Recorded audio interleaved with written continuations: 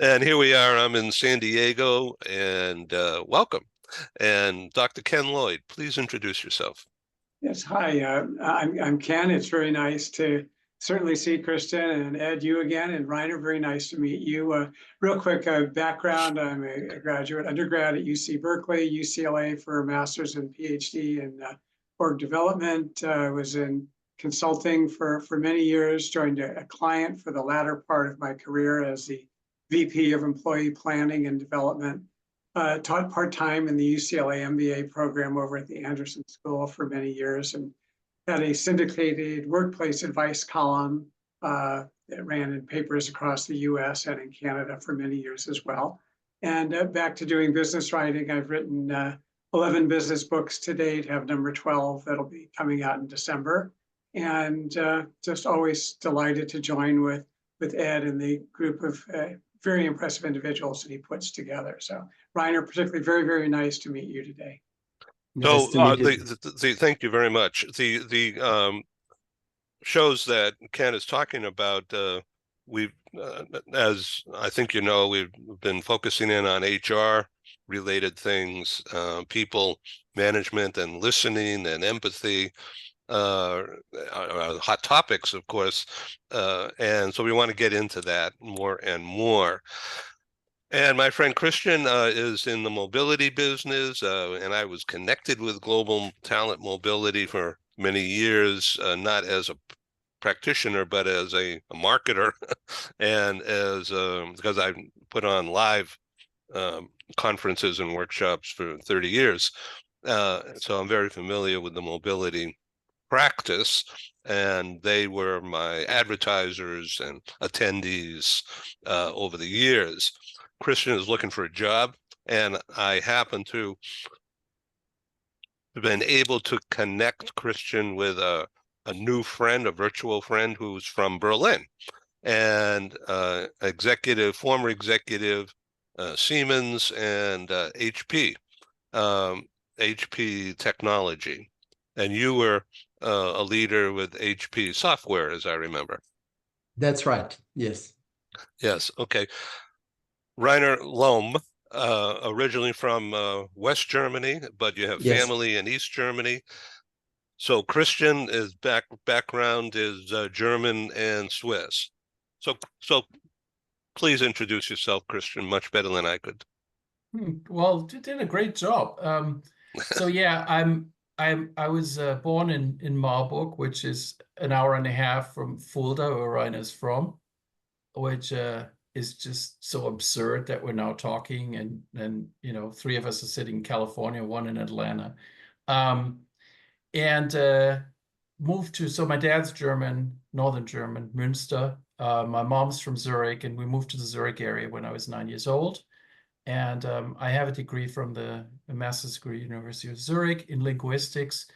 But my specialty even then was politeness in business environments. So it was very businessy and kind of practical. And I taught business German, advanced business German for a few years. That's how I met my wife, who's from Orange County, California. And 24 years ago, we decided to move to the United States. After some experiences with companies, all of them were internationally based or had an international outlook. I got into the mobility sphere and spent 19 years in mobility, almost 20 years, and the last 14 with Sterling Lexicon, one of the relocation management companies, international relocation management companies. And yes, as Ed said, I'm now looking for a job. I always say I'm kind of looking for work more than a job. It could be a job, could be, you know, freelance, could be work that's project oriented. And very nice meeting you, Reiner. And I read up a little bit about you. Didn't have too much time, but yeah, I saw the interview where you talked about Eastern Germany and Heinz. It was very moving. And one other thing is my mother, who's a theologian, was connected to East German theologians in the late 80s, so 3-4 years before the wall came down. And through her, through this exchange program, she met a bunch of Eastern theologians, one of which was the father of Angela Merkel. And she was Angela Merkel's mom was in fact a friend of my mother's until Angela Merkel's mom, passed away. So I've been to the German Democratic Republic a year before the wall came down, met some of my mom's friends. So and of course, I went to the border when I was a kid. At 8 years old, you don't really understand why there's a wall, and then there's a whole lot of nothing, and then there's towers, guard towers in the background, and your parents tell you can't cross, or else they're mines, and you get shot, either one or both. So that's pretty impressive. Yeah, I know quite a lot about the German Democratic Republic from right before it went down. Reiner Lomb is the author of Aspire: 7 Essential Emotions for Leading Positive Change, No Matter Where. Welcome. It's a pleasure to be here again. Thank you. Yeah, it's been a couple of years. So tell us about the book. Yeah, so let me a little bit about the motivation for Aspire. I have a long career in different leadership roles. Among other things, I helped to start HP software business and grow it into a multi-billion-dollar business. My leadership roles were mostly global leadership roles, building teams, sometimes inheriting teams as well, or organizations. And originally, I'm coming from the technical side. So I'm a computer scientist by trade, also electrical engineer by trade. And then I went into the business side, and I fell in love with leading people. So that led me actually into the field of leadership development. The one big trigger for me was that over the time, I would say in the mid or the height of my career, where I had to decide which way I want to go. I want to go further up, wherever up is in the corporate world, or do I want to do something that's more aligned with my soul? And what I discovered is there are a lot of issues in the world or challenges we have that threaten the future of next generations. I have children, I have grandson. I care pretty much about the future of our planet, of our society, and so on. And that got me to the point where I say, what am I going to do? I went back to school. I studied sustainability. I did an MBA in sustainability, sustainable businesses, all on the side, in addition to my management job. And there I learned, the problems at a deeper level. And I decided to focus on, rather than solving one issue, diving into one specific issue like climate change, which I care very much about, but there are social issues and so on. I decided to focus on mobilizing leaders with the purpose of mobilizing leaders that want to create a positive future for all.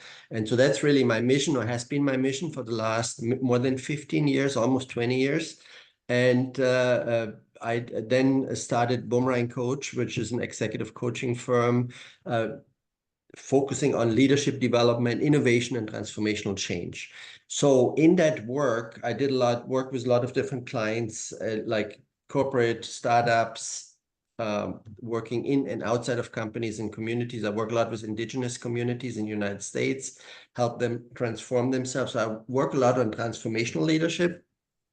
And that did lead me to the discovery of what are the drivers of transformation. And that's one of the reasons why I wrote about in Aspire. One of the case studies is the peaceful revolution in East Germany, was because it required an emotional shift. But what are the emotions that help us to show the behavior that transforms an organization or a community or a whole society? What are those emotions? And there's over 250 emotions that drive our behavior, and there's multiple emotions at play at any given moment. We're not aware of it. They run, in the background, and they drive our behavior. We sometimes don't even know why we react a certain way. Why do we do what we do? So I deciphered that also from a lot of research, also from my practical experience. and condense it into the 7 essential emotions for leading positive change, for leading transformational change. So I want And- to ask, you took, or just comment, if I may, you took an engineering approach If you want, so if you will, to manage something that's hard to grasp. yes. So you identify it, understand it, and break it apart, and then apply. Yeah.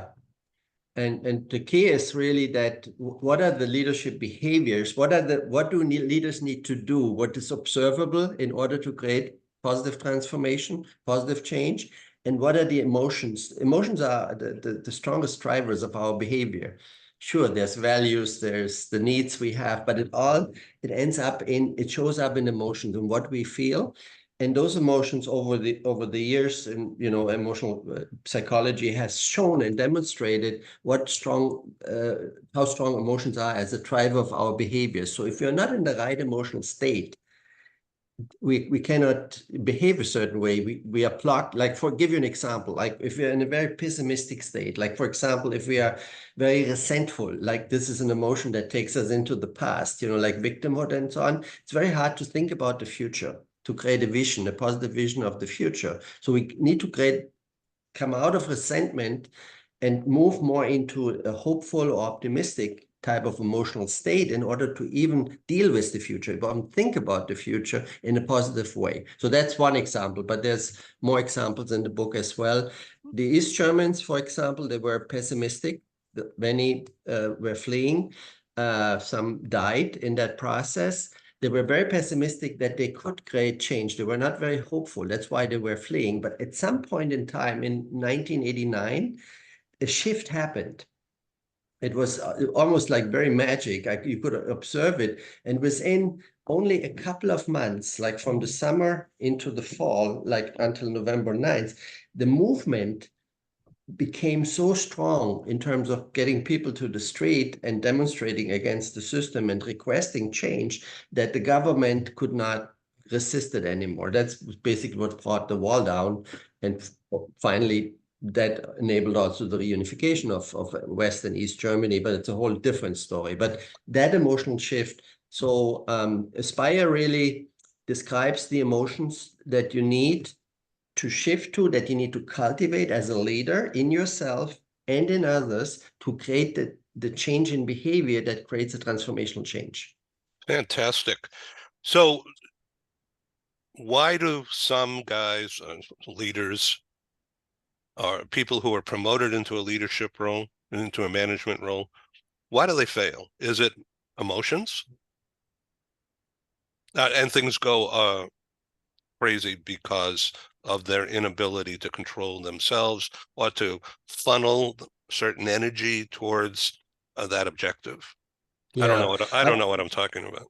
No, you asked the question. The question you're asking, why there's such a high failure rate. Like, for example, there are studies that show that by CEB Global, that 60% of first-time managers fail within the first 24 months being in that new role. That's a very high rate. That's very costly, not only for the individual, what it does to the individual of failing, in terms of health and well-being and self-confidence and career, but also in their families as well. But what it does to them, how much that damage it does to the people they're leading, like to the teams they're leading, to the peers they're interacting with, to the organization in terms of economic loss, and so on. So that's a big damage.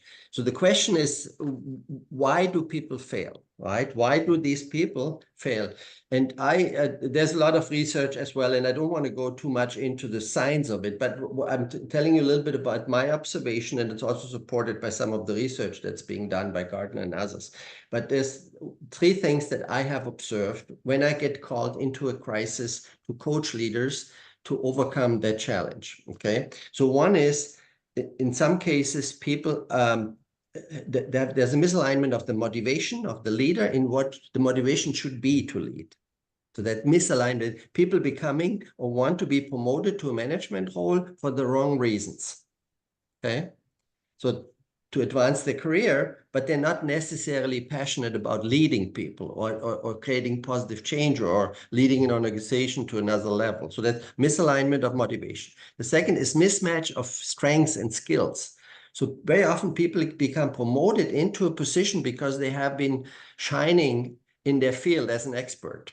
So they're working on a team and say, who are we going to promote? Oh, we're going to promote the star performer on the team. And the person has not done their own work to say, what are my real strengths here? Do the strengths that I have that did get me to this success, is this the strengths I need to be effective as a leader? And the people that promote, those leaders that promote those first-time managers, they don't take the time to evaluate that either. So there's a lack of self-knowledge in terms of motivation. Is this authentic motivation? Do I want to be a leader, or do I want to just be promoted? Do I have the strengths that I need, the talent, in order to be a good leader? That's the second. And the third one is unpreparedness. So very often, so there's a vacant position. We need a leader urgently. Either we hire from internally or outside. Sometimes maybe the team leader left, for whatever reason, or was removed. So we need quickly somebody to fill that void, and somebody gets promoted, and there's not enough time or not enough consciousness to prepare that person. And then it comes to the point, what kind of preparation does this person need? What kind of skills need to be developed? Do you need to do an assessment, and what does the person bring to the table, and what is lacking, right? And so that comes to the development. That's where the 7 essential emotions of leading positive change come in. These are 7 essential emotions and the associated behaviors that any leader, no matter if it's taking a leadership role in a community or in an organization or anywhere else, needs in order to be an effective leader. Okay, so rather than being presented, oh, these are all the 100, I have been presented once when I was promoted into a leadership, like I'm talking decades ago, like the HR department said, oh, these are the 100 things you need to learn. That's pretty overwhelming, right? So for anybody, right? For me, I said, okay, that doesn't make sense to me. I cannot learn these 100 things. So I took a mentor and I said, tell me, you have been in my shoes. What is the most important thing I need to learn the next 3 months? What do I need to focus on? And then after the 3 months, what is the next thing I need to focus on? And when I get moved up, maybe I need to a higher position, and the next higher position, what mentoring do I need? What kind of, so things can be learned, but it needs to be digestible for a person, not 100, 120 or 150 things that somebody can, master in a short time. Everybody that is presented with that will fail. So let me ask you, again, I'm learning from you as you go forward, and this is just gripping. It's fascinating to me. And there's so much I don't know, but you had the guts to do that, to man up, if you will, in front of other guys and saying, hey, I don't get it, or tell me how to learn these things. In the past, they were girly things or soft, right? But you've shined the spotlight in a very effective way, in my view. And I think this is just terrific. We are developing a series called Empathy in the workplace. And I was just on a show, actually a counseling session with this fella in Dublin. Joseph McGuire is his name, was an expert in that topic, and he was giving me lessons about how to think about empathy in the workplace. Dr. Ken Lloyd, I want you to jump in here, and then we'll allow and welcome Reiner to continue on the number 5, 6, and 7. Is that okay, Reiner, if we get a little dialogue here? Yeah, okay, great. Absolutely, wonderful. Ken. No, what you're saying, number one, is absolutely brilliant, and it's absolutely accurate. It's interesting. You think, well, is there a checklist we can use to see if a person will be an effective leader? And it's the easy route is, well, does the person have this or that skills and experience and knowledge and expertise and certifications and all? And that sort of, can the person do the job? And all things being equal, yeah, person has checks all those boxes. the same time, the factors that you're getting into, the emotions, the motivation, the drive, the energy, the focus, certainly the empathy, the self-insights, the understanding of others, the genuine interest in people, all that's not going to just come by checking boxes. And that's the other side of leadership. And frankly, just as you're saying, that's the side that makes the difference. Those factors that you identify, all things considered, will be the ones to determine whether an individual succeeds or fails in leadership. And I agree with Ed. Sometimes it's hard for people to think about that. You know, I've got all this expertise, I got all this stuff. I'm ready to go into management and lead people. That's just not, it's not how it works. And frankly, people who are successful in leading others have already demonstrated a lot of those behaviors along the way up, whether they've done it on a volunteer basis, or they've run some committees, or they're just natural leaders in the group where people come to them and ask them questions, and they listen and they empathize, they understand and help. All those behaviors are there. So what you're saying on that strong emotional side is just so important and on target. And I see it sitting right on your shoulder as I'm talking to you. I see Aspire right behind you. And I think that's just it's a great message. And I like the word that you use to push people into that direction. Thank you. Thank you. Yeah.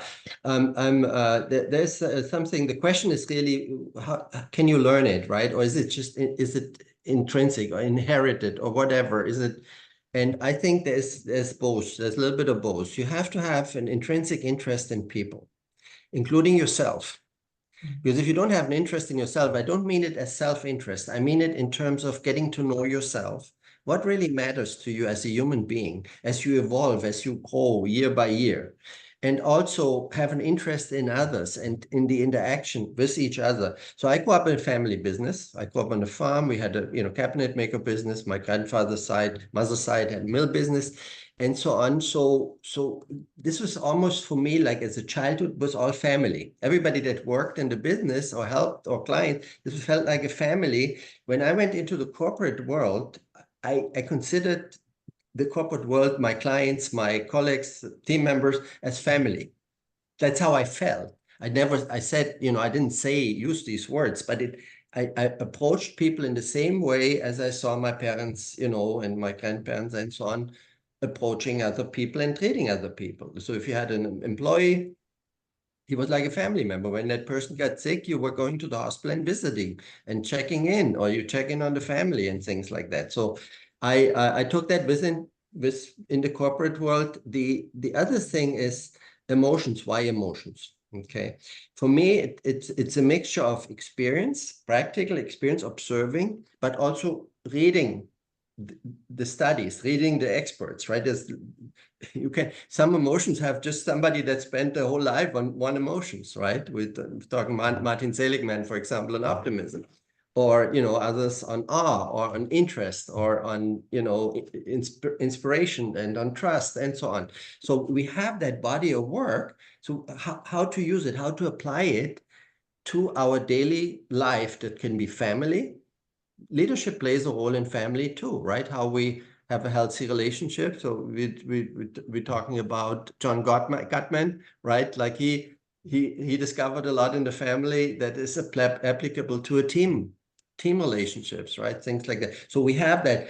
So those two things, putting those two things together, Ed, you talked about using an engineering approach and like putting all the information together and then applying it. So I did year-long innovation projects that I, with my colleagues and others support. And then I look at what is the behavior required in order for people to innovate successfully.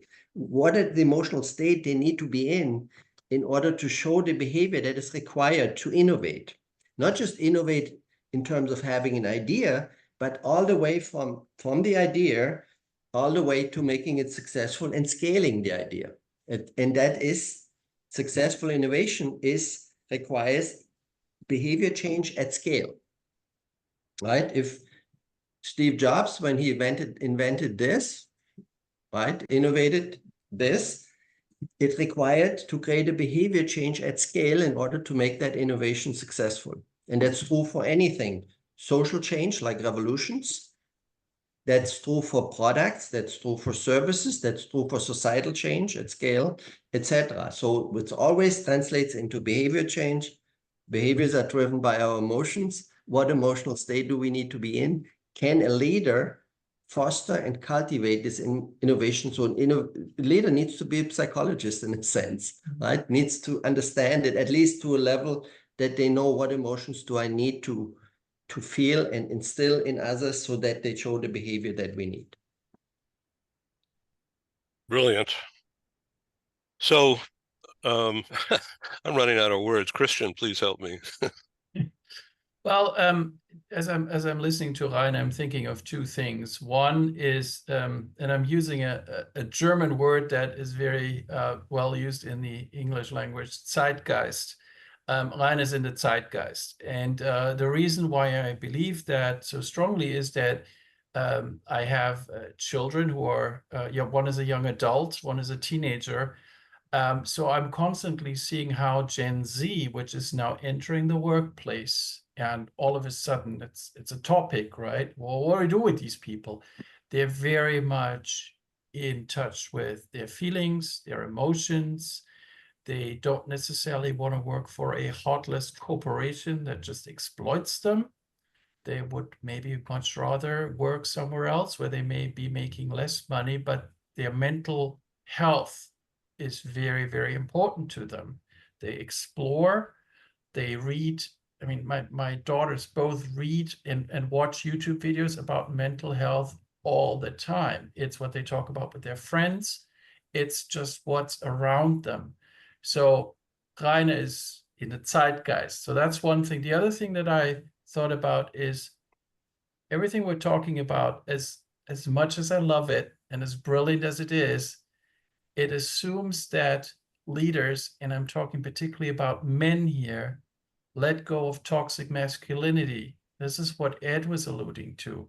You used the word girly, okay, which was, that's a Saturday Night Live sketch, and then Arnold Schwarzenegger took it and played with his own his own parody of himself, and he used it when he was governor of California.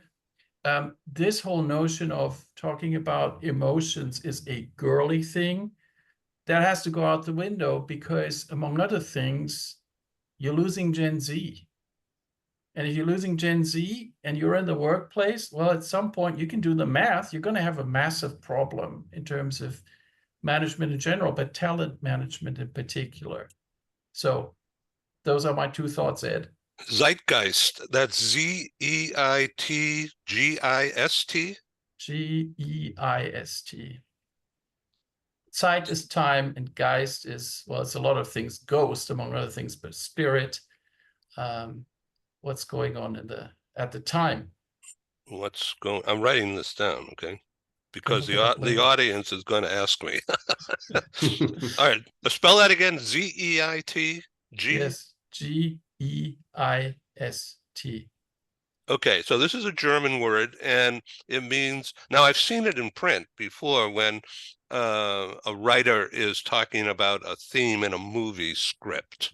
A screenwriter is covering got a story in mind and they're trying to piece it together, like the engineering approach. Telling movie making is an engineering deal. How do you tell the story?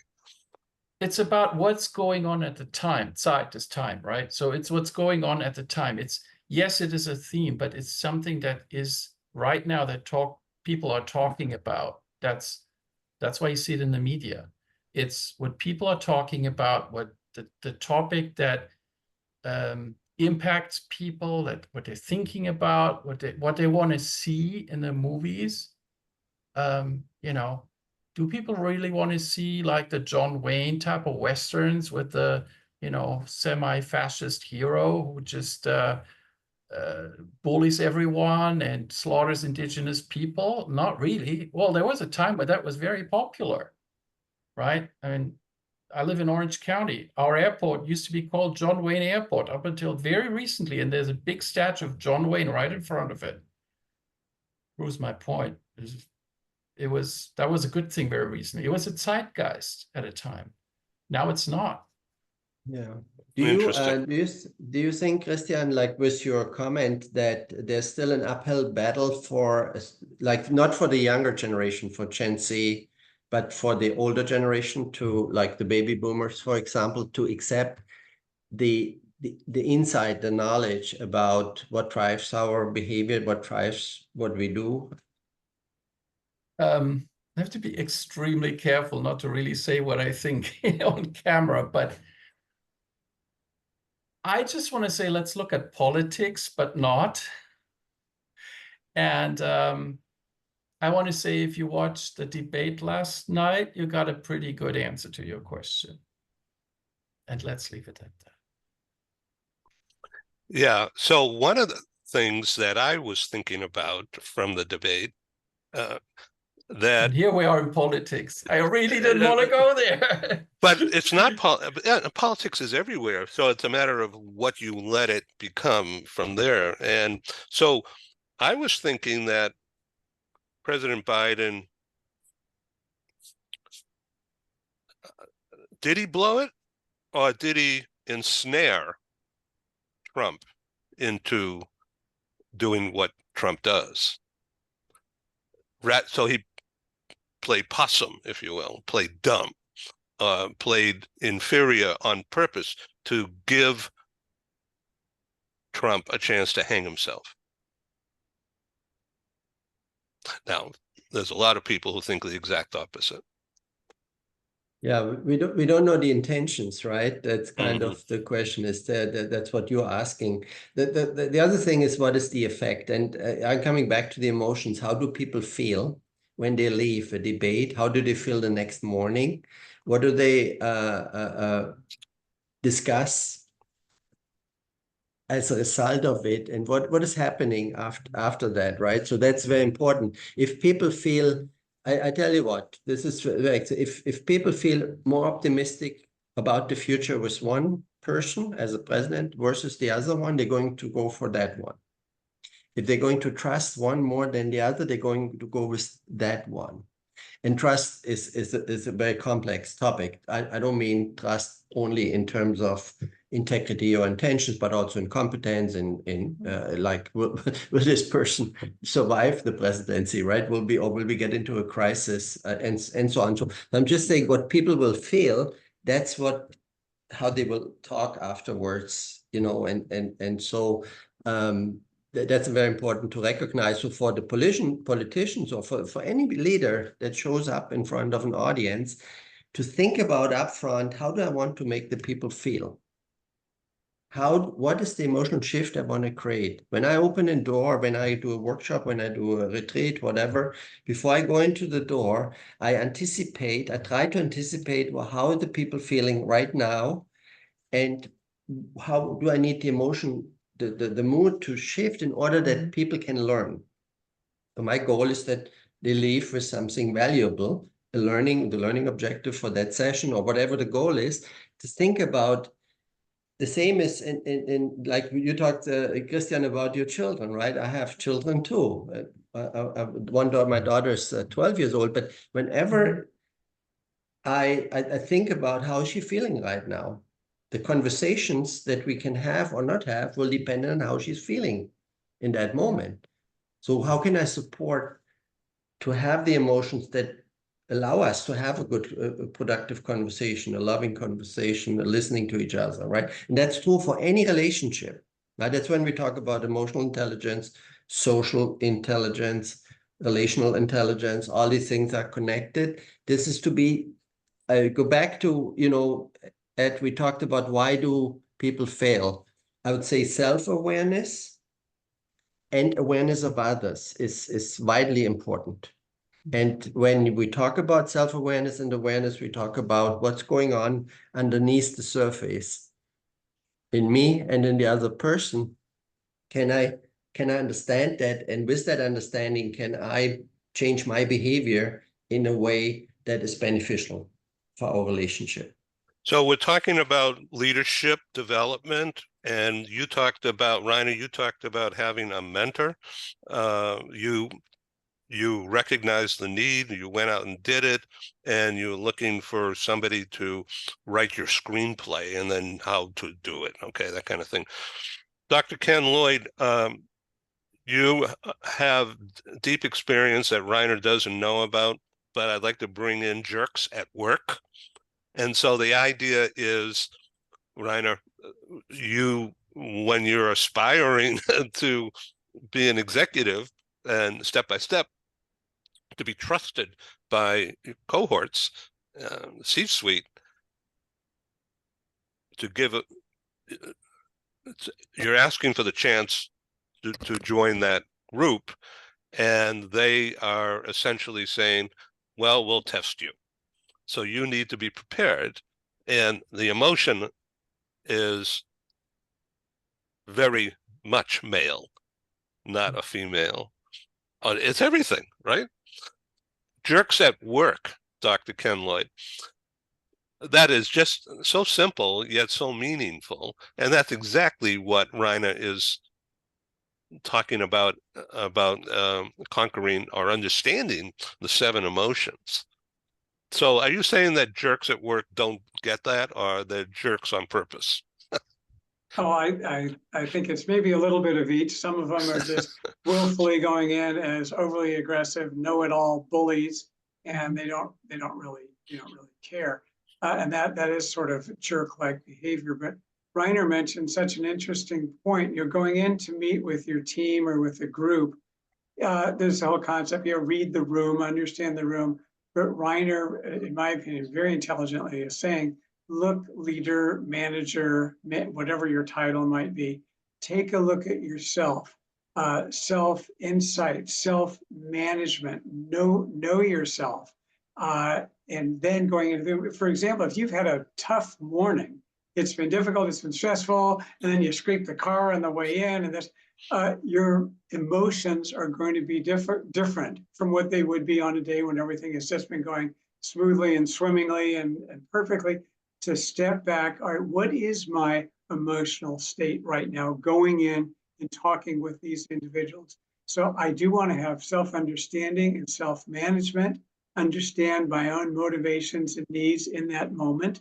At the same time, I do want to show empathy and understanding. And it's just more than showing it, it's experiencing it, it's demonstrating it, and it's really being an empathetic person to understand what those around you are really feeling. A jerk doesn't do that. Jerks are just far more self-oriented, one size fits all, come in, do it. If you don't like it, too bad. I mean, that type of behavior, as opposed to today's more effective leaders, which are the type that Gen X certainly wants, as do other generations. Would you rather report to a know-it-all who doesn't care a thing about you or what you're saying or thinking or feeling, or someone who's genuinely interested in you, understands you, wants to work with you, wants to help you learn, grow, and develop?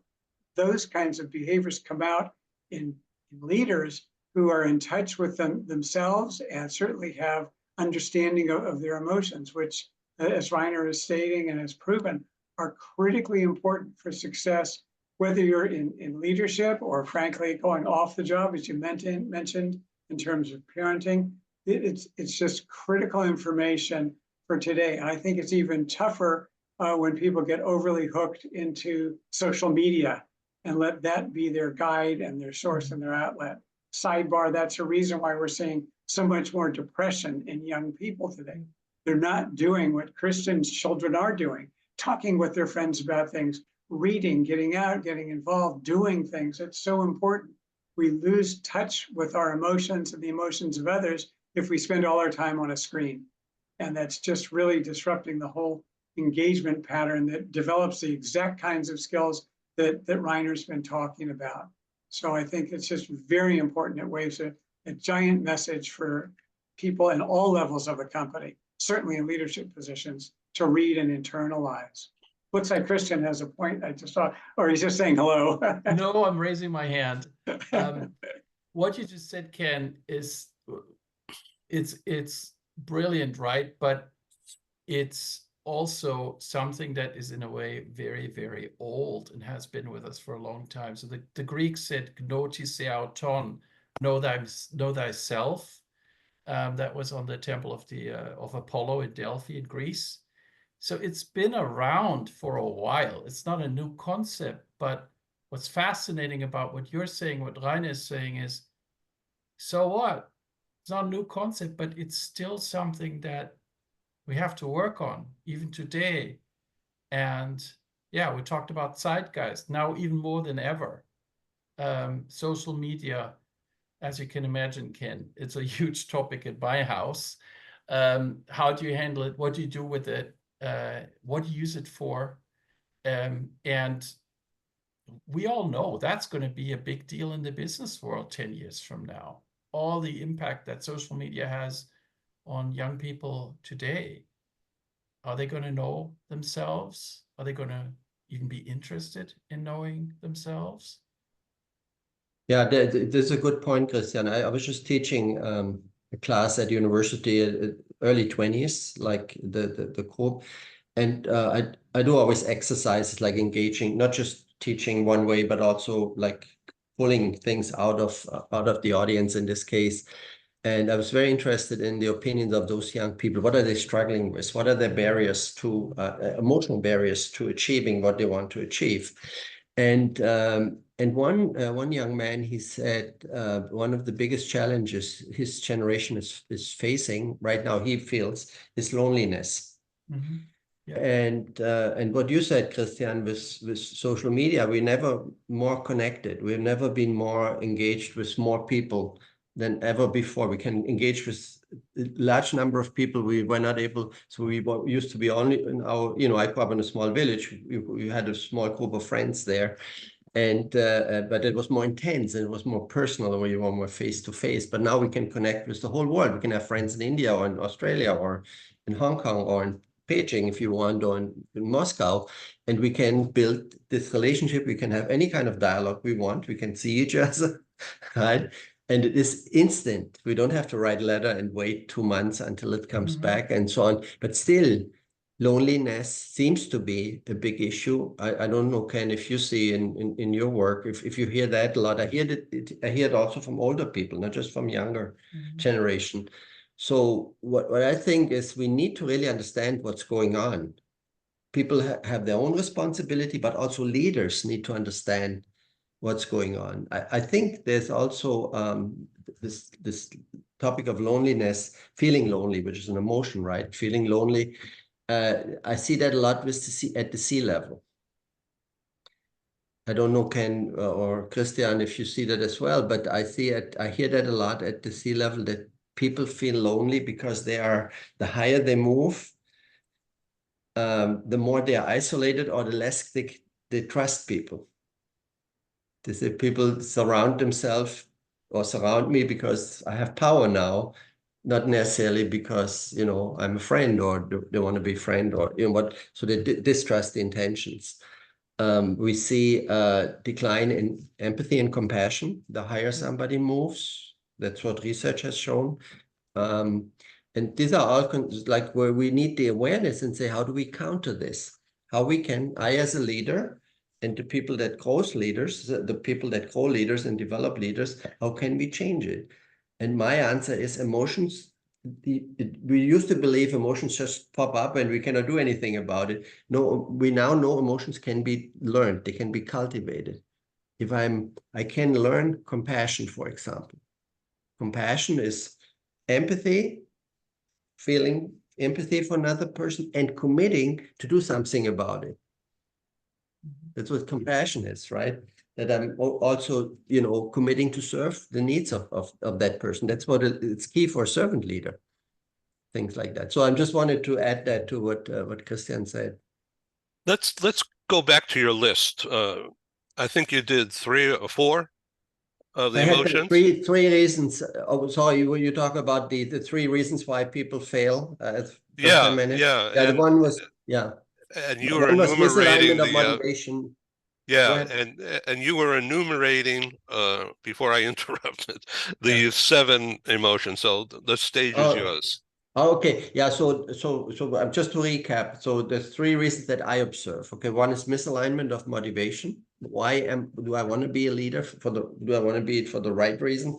The second is mismatch of strengths and skills. So that, let's say, people are promoted because they have demonstrated great skills as an expert or specialist or whatever, but not necessarily in leading people. So there's a mismatch of strengths. And then the third one coming from there is you need to prepare people. You need to prepare people into leadership. Maybe, like Ken explained, give them opportunity long before they have a formal leadership role to maybe, work as an unofficial leader, to test the leadership skills, to try out things, become a small project manager, and then maybe mentoring a few people and so on, and move that, even getting a taste of how does it feel to lead others.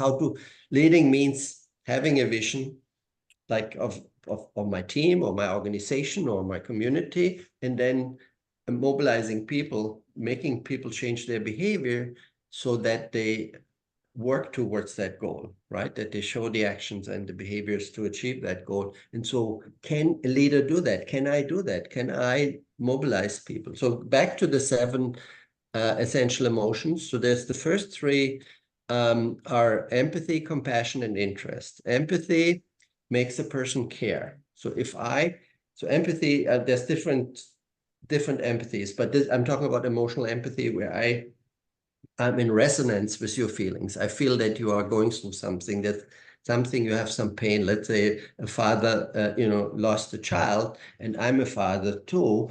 I will have empathy. I will suffer with that father, right? Because as if I had lost. So that's empathy. But empathy doesn't makes us care, but not necessarily act. That's why compassion is needed. Compassion builds on empathy, includes empathy, but then adds the commitment to act on it and say, okay, this father lost a child. I'm going to go to him and offer him to help. Can I do something for you?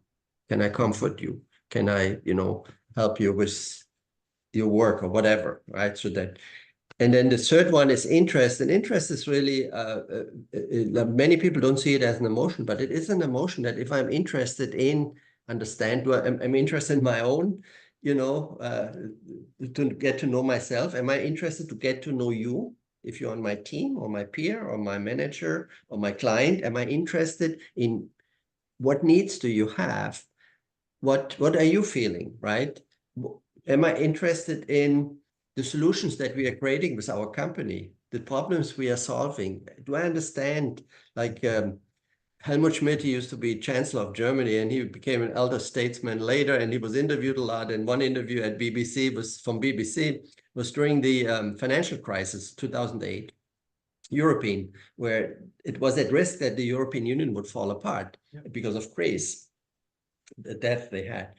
And so he was interviewed and said, what do you think about it? He said, the issue is really that I know all the leaders, but they don't understand the financial system. They're trying to come up with solutions for a system that they don't understand. It evolved.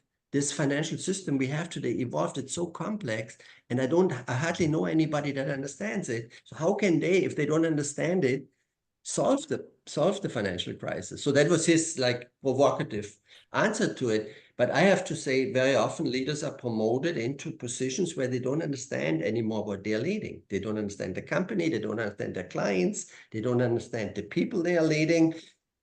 Politicians, political leaders, we say they are too far removed from the people they are supposed to serve, right? So interest is really key, to keep the interest, to cultivate interest in what am I leading? What needs do I serve? Who do I serve? What for? What are the solutions? And really cultivate that interest. So these are the 3: empathy, compassion, and interest lead to caring, serving, and to understanding.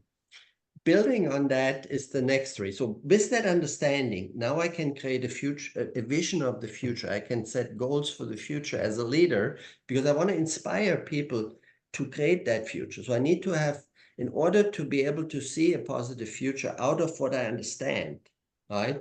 Say, how would the future look differently? That I can imagine it and I can communicate it to the people that I'm leading. I need optimism. If I'm stuck in the past, I cannot look into the future. If I have emotions associated with the past, like resentment is one of those, this kind of comes from victimhood. When I want to revenge, I just become a leader because I want to revenge something. I want to like beat somebody, because I lost in the corporate competitive race. I lost against that person. Now I want to show things. That's all resentment based, and the person is not going to be a visionary leader and not going to come up with a vision. So optimism, that's an emotion to cultivate. The next one is inspiration. So if you have a vision, you want to mobilize people to help you create that future that you envision. That's where inspiration comes in. Inspiration helps you to mobilize people. And inspiration is an emotion that goes deeper than just motivation. It's more intrinsic. So that the one way to do it is that the vision that you have aligns with the aspirations of the people. And you need to communicate that. You need to constantly create that alignment. Why does that matter? Right? If you're a sales leader and you just talk about revenue, that might not be very inspiring, right? But if you, as a sales leader, and say, look, if we achieve that level of revenue, you each have a career opportunity. You can fulfill your career steps and can go the direction. So we don't talk so much about the revenue. It's more about the revenue will produce in terms of alignment with your aspirations as a human being, as a professional, and so on. So that's the next one. Optimism, then inspiration. You can cultivate it as a leader. And the third one, when you have mobilized people, you want them to work together effectively. That's where trust comes in. Trust is the motor, is the fuel for collaboration. Without trust, there's no collaboration. I've seen that again and again in my own leadership roles. I needed to invest a lot of time in creating trust. I had team members around the world. When they were not trusting each other, they were not collaborating. I had constantly escalations. So I needed to facilitate trust building processes, can be done, and intervene. But once trust was created, it was running like an oiled machine, well-oiled machine. People were working together towards a common goal. So optimism, inspiration, and trust, they drive envisioning a positive future. They drive mobilizing people to help you create that future. And then trust the last to help collaboration. Now, things go wrong, right? We know that with the pandemic, it's one thing. We have plans. I have coached many companies, startups, all sizes. At the beginning of the pandemic, suddenly all the plans changed. They said, how I'm going to deal with this? Now, clients are not going to cancel their contracts. Investors were careful. They're pulling back the investments they had promised for startup. So a lot of CEOs were struggling and so on. That's where you need resilience. Resilience is the behavior that you show that helps you overcome setbacks, roadblocks, crisis, and so on. Now, you as a leader, you need to be resilient for yourself, but you also need to foster resiliency in others. And you can do that by cultivating positive emotions. So I lumped positive emotions into one emotion, but it's really a palette of emotions.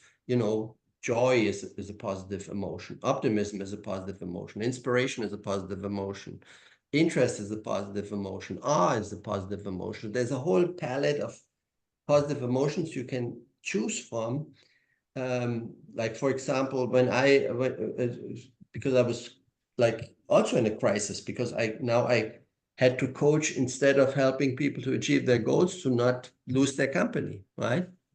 Or maybe just to survive the next week, the next month, and so on. So I was more stressed as well. And my wife, she pointed me at it. And so I realized, I need to cultivate my resiliency as well, as if I want to help my client, if I want to have a healthy situation at home in my family and so on. So I had to cultivate I had to change from the negativity I was picking up from the media, right? From the newspaper, from social media, and so on. I needed to remove myself and cultivate positive emotions. So I changed my routine. The first 2 hours in the day, I would not go to work. I would go out in nature, because that is a source for me of joy, for example, or do some exercise, or listen to some music, or read something inspiring. So we can cultivate positive emotions in us and in others as leaders, and we can be very conscious about it. And it is proven by science that they foster positive emotions. Feeling those foster resiliency, physically as well as mentally. Brilliant. I've taken notes here. I don't know why I'm doing that. It's just helping me understand more, I think. But Ken, this is a dissertation, a PhD. Yeah, it's just all of the points that you're bringing out, excuse me, Reiner, have just been spot on. It's interesting, you talk about optimism. There's a lot of research out there in the area of expectancies, which are really aligned with optimism. Yeah. If you approach work or other individuals with positive expectations, you greatly increase the likelihood of achieving those positive results. And when you go into a situation on the other side, expecting a problem, a difficulty, a failure, you increase the likelihood of that exact outcome. It's been shown in education of teachers expecting students to succeed. They have a much greater likelihood of succeeding versus those whom they expect to fail. If we expect an employee to perform poorly, if that's in our mindset, if we have that emotional kind of feeling going on, we engage in behaviors, subtle and not so subtle, that will bring about the very failure that we are expecting. And on the other side, if we expect them to do well, if we are optimistic, we have a much better chance of generating those positive outcomes. So I look at all these factors that Reiner has mentioned, and they all make absolute sense in terms of building successful working relationships, successful outcomes, successful results. It's all there. It's looking at oneself and honestly doing so, and doing the same with those with whom you're working. It's a little tougher to do that virtually in sessions like this.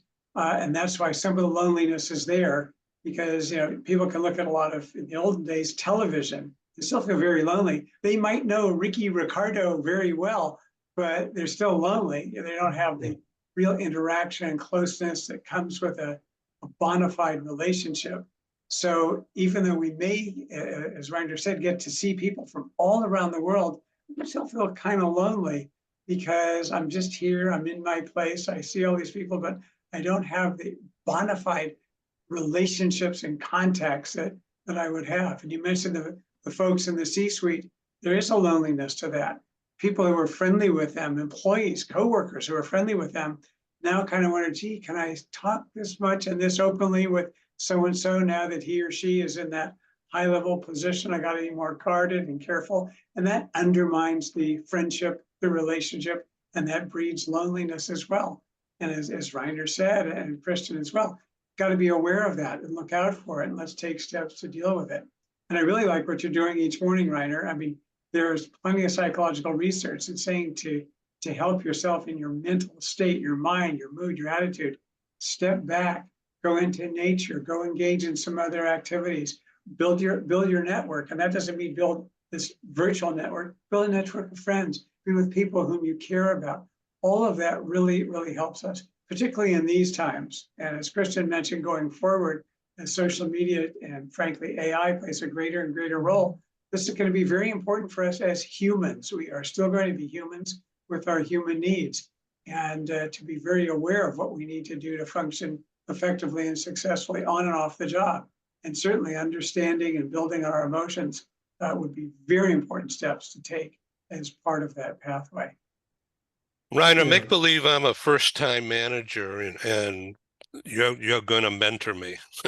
Okay, so what is a final piece of advice? And I'd like you to hold up the book cover that's behind you to the camera so that the audience can see the name. There Aspire. it is. Yeah. Aspire. Yeah. Okay. Readable? Is it readable? Yeah, it's perfect now. Perfect. Yeah. Okay. Good. Okay. So I'm a young buck. I'm a first-time manager, and I'm all ears. Yeah. Tell me what to do. I think I want to come back to two things. One is really developing a practice, and this can be with mentorship, with coaching, with even with just a well-meaning boss or friend or anybody, to create self-awareness, so that this authentic self-awareness, that you don't chase a dream that is not your dream, that you don't chase somebody else's dream, right? That you don't climb the wrong wall. And then you look over the wall and say, oh, this is the wrong wall, and you put all the effort in and so on. So be clear that, but now sometimes you need to experiment a little bit, because when you're younger and so on, you don't know yet. Maybe you know to go to a small hill to look, then to see the next hill and so on. So really, the work on getting to know yourself, self-leadership is essential for becoming a leader. Without self-leadership, any leadership program that has validity needs to start with self-leadership. And that is a lifelong practice, because you can always slip back. The second thing is get to know others. You be interested in other human beings. If you're not genuinely interested in other human beings, you become a flawed leader.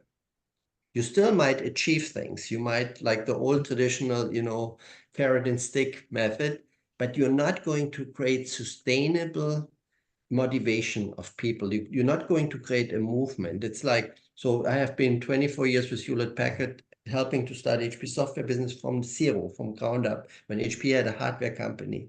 There were so many pushbacks. There were so many internal people that said, no, you cannot do that here. We don't do that. From the first day on, still through all those years, in order to overcome that, you need to be inspired. You need to really want that. You need to get to know people and get to understand why people are pushing back. What are the emotional barriers? Why are they holding back?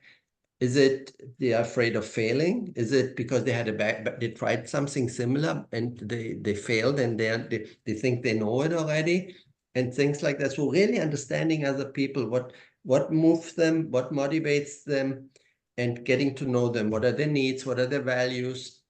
How are they feeling? What are their emotions? And how do they need to feel in order to work together successfully? So I would say those two things. I don't want to say much more, but then in the second one, when it comes to getting to know yourself, getting to others, knowing emotions and knowing how to work with emotions. So the emotional competency. By the way, this will be an investment, no matter how AI is going to change work. That is an investment that will pay off for you no matter what, because it will allow you to have quality relationships as a leader, as a friend, as a family member, as a community, in the community, as a neighbor, and so on. So investing in that is kind of, let's say, social equity, social investment that you're making, emotional investment that will pay off, that you will need for the rest of your life, no matter what's going to happen with AI in the workplace and how the jobs are going to change. Christian. I was just thinking about the beginning of our conversation and going back to East Germany, to the German Democratic Republic, and listening to Reiner. It's not a coincidence that a lot of the leaders that led that movement were pastors and theologians, because they had the inspiration, they had the trust, they were leaders, they knew what to do, they knew how to be in front of an audience and speak freely and openly and inspire that trust. They most definitely had resilience, because they had been persecuted by the government in all kinds of shapes or forms for decades. And of course, one of the aspects of their job was to have interest in the other person and to be emphatic. So they came equipped with all this as well. And it's fascinating that there's this correlation, Rainer, between what happened in East Germany in the late 80s and what we're talking about today. Yeah, it's a very good observation. Yeah.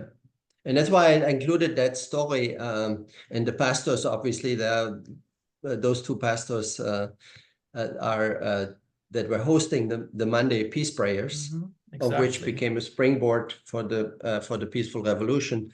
That they showed that behavior, and they showed also those emotions that enabled that behavior. I am blown away by the willingness to share and to teach my audience from all of you. And I thank you very much for your time and your brilliance. You made this great TV.